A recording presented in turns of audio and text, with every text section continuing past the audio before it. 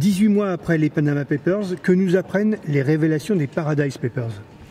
Eh bien, ça nous apprend que malheureusement, rien n'a été fait concrètement pour juguler l'évasion fiscale, puisque on est dans deux schémas différents. Le premier était un schéma où on avait plutôt des manœuvres frauduleuses, et là, c'est plutôt légal.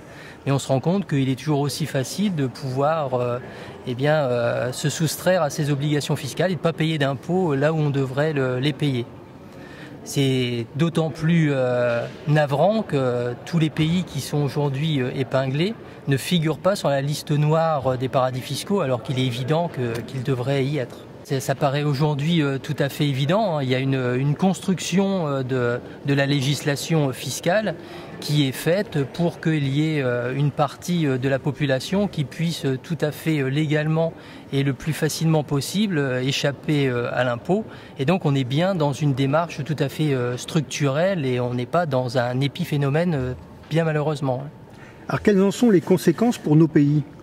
Les conséquences sont dramatiques. Il est évident que c'est un manque à gagner pour les recettes fiscales des pays, et donc c'est autant d'argent qui va manquer pour pouvoir financer les services publics qui sont utiles à tous.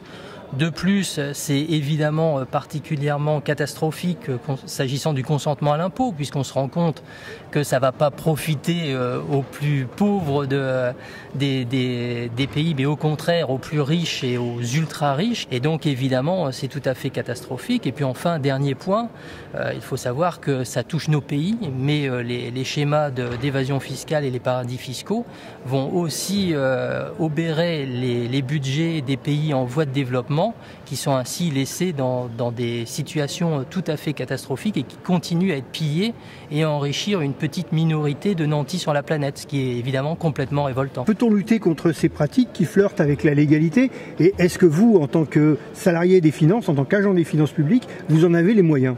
Alors là aussi, c'est bien ça le problème, c'est-à-dire que sur le papier, on peut lutter contre les paradis fiscaux, contre l'évasion fiscale. Dans la réalité, c'est absolument pas le cas.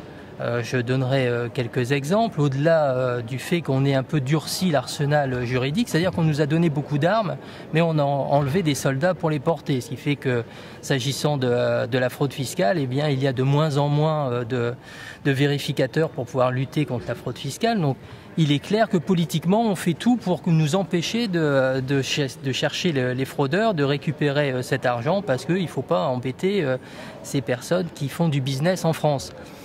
Et puis après, sur les paradis fiscaux, il est évident aussi que un certain nombre de services qui pourraient débusquer les personnes qui planquent de l'argent et qui ont des comptes à l'étranger, n'ont pas, eux non plus, les moyens pour investiguer et aller récupérer donc ces comptes qui sont à l'étranger. Donc sur le papier, il y a des obligations légales.